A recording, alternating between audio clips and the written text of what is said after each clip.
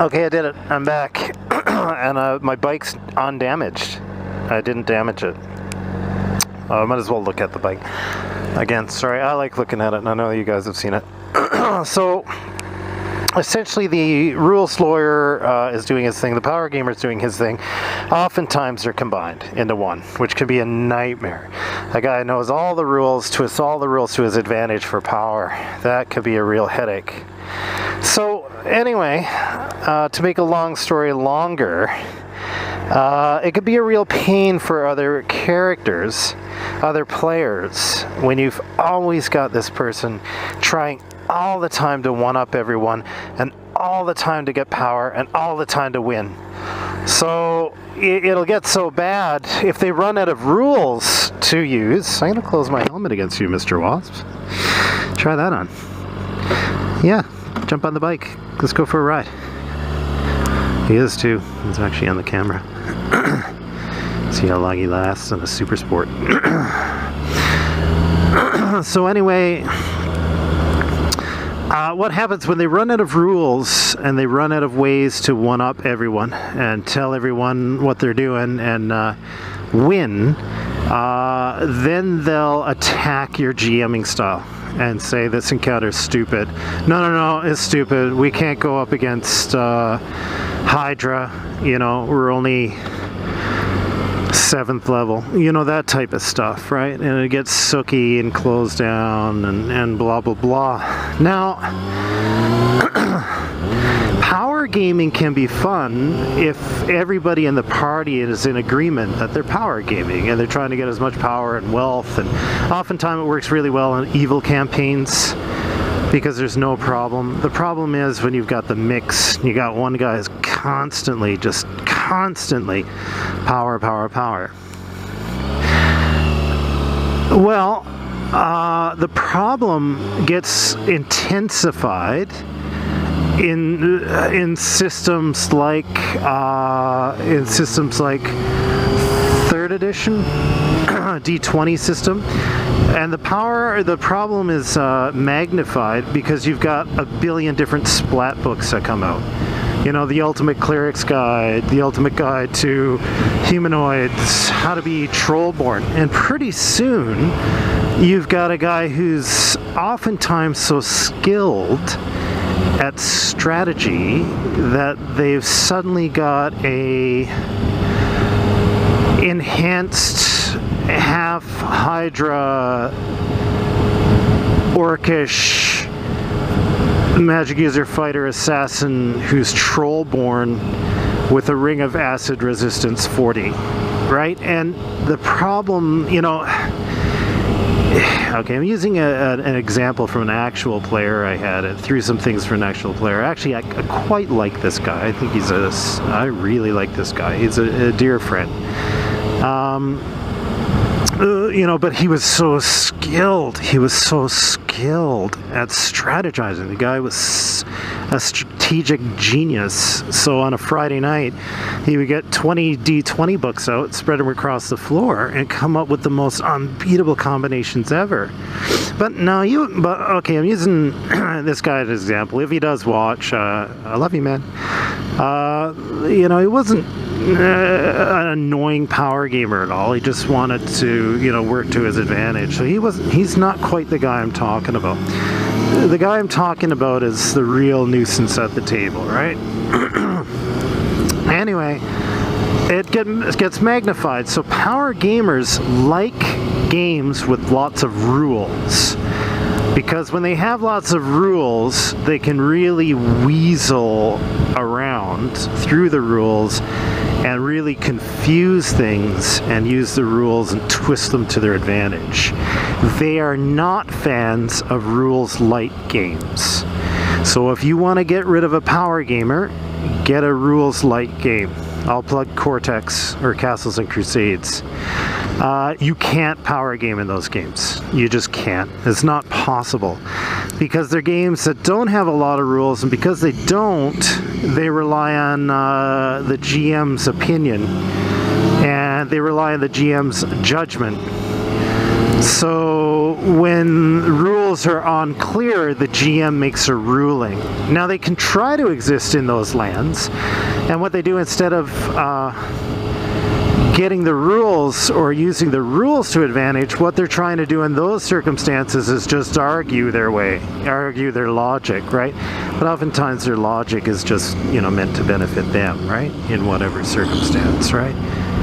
So, yeah, but typically, I'm listening to Stepping Out again. No, I'm listening to Lifeline. Yeah, that, Scott and Ran at the beginning of New Generation. And so that's it. They don't like rules like games. They can't weasel their way around the rules. They can't bury themselves in a Byzantine, labyrinth of material that they can use as a weapon to their advantage against the GM. No. How can you argue that? Because on page 94, it says blah, blah, blah, blah, blah. So no, you're wrong, GM. No, or can't do that. And the GM's like, okay, I can picture it in my head what's going on. Obviously, you can do it. And then it becomes an argument as well as a stupid encounter. Right? Because the Power Gamer Rules Lawyers combo, the real ones, not the guy I was referring to, the actual ones, can destroy a game. It's just constant bickering, it's constant arguing, it's constant babysitting with these guys. Trying to, just let him have his bottle, Just give him the Vorpal 20 million sword and make him have improved invisibility and have him with troll blood so he regenerate. Just give it to him. But even then, he's not satisfied because he still wants to power game. He still wants to go more and more and more and more and more. And, power game... Now, okay, it seems like I'm really fuming here and offloading and venting. I guess it's been a long time coming. But power gamers make horrible GMs too. Because they think what makes them happy makes everyone else happy. So if you have a power gamer as a GM, ironically, they're usually rewarding you with an overabundance of magic items and treasure because that's what they like, and they think that's what you'll like. And pretty soon, combats are boring, there's no struggle because you're getting Vorpal swords. You probably have a closet full of them every session you play with the guy, and he thinks that's what you like. And then you've got this really, really boring game, right? That you can't lose in because he thinks the point of the game is to win. And you don't win at role-play. You role-play at role-play, right? That's my opinion, anyway. So anyway, power gamers are rule gamers. But the thing is, you can also use power gaming is a verb. Power gamer is a noun. Power gaming is a verb. So it's actually an activity that you can engage in. If your group decides for a laugh to run riffs and everybody's a glitter boy and you're walking into villages destroying mountainsides and the populace, it can be fun. Like, I'll admit, that can be fun, right? In itself, but that's more of a game where everybody agrees that this is the nature of the game. Because if you've got a power gamer mixed with other people who just want to game and role play, they're tired of the endless bickering and argument because baby doesn't get his ball. Right now, I shouldn't be saying that, and I'll admit that. I shouldn't be saying baby gets his bottle, because power gamers in themselves are not a bane to people. They're a bane to people who aren't power gamers. They're a bane to people who just want to role play. If you've got a good group of power gamers on the go, and everybody's a power gamer, and the GM likes power gaming, you've got a great game. Everybody's going to enjoy it. Or it'll end in a big steaming mess of arguments. I don't know. But I mean, it's a style. So power gaming as a style can be used if everybody's kind of a similar idea. Now, what does... I hope it doesn't rain. What does not power gaming look like then? So if you're not into role-playing, or you're thinking about getting into role-play, or you're just into cool people and want to watch my vlogs, you're just into cool bikes and you want to watch my vlogs, what is a not power gamer? Well, a not power gamer is a person who's there for the sake of the story. And they don't get angry and punch a refrigerator. Not that power gamers do this, but other people can as well. They don't get angry and stomp out of the room when their character dies. They might feel badly, but they don't call the DM a dickhead and threaten his life and refuse to be friends with everyone ever again.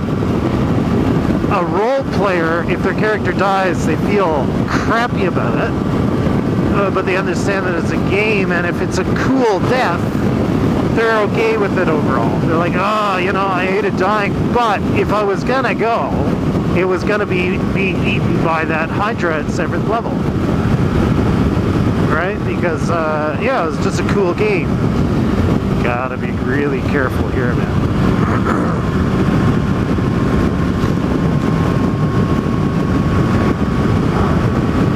So,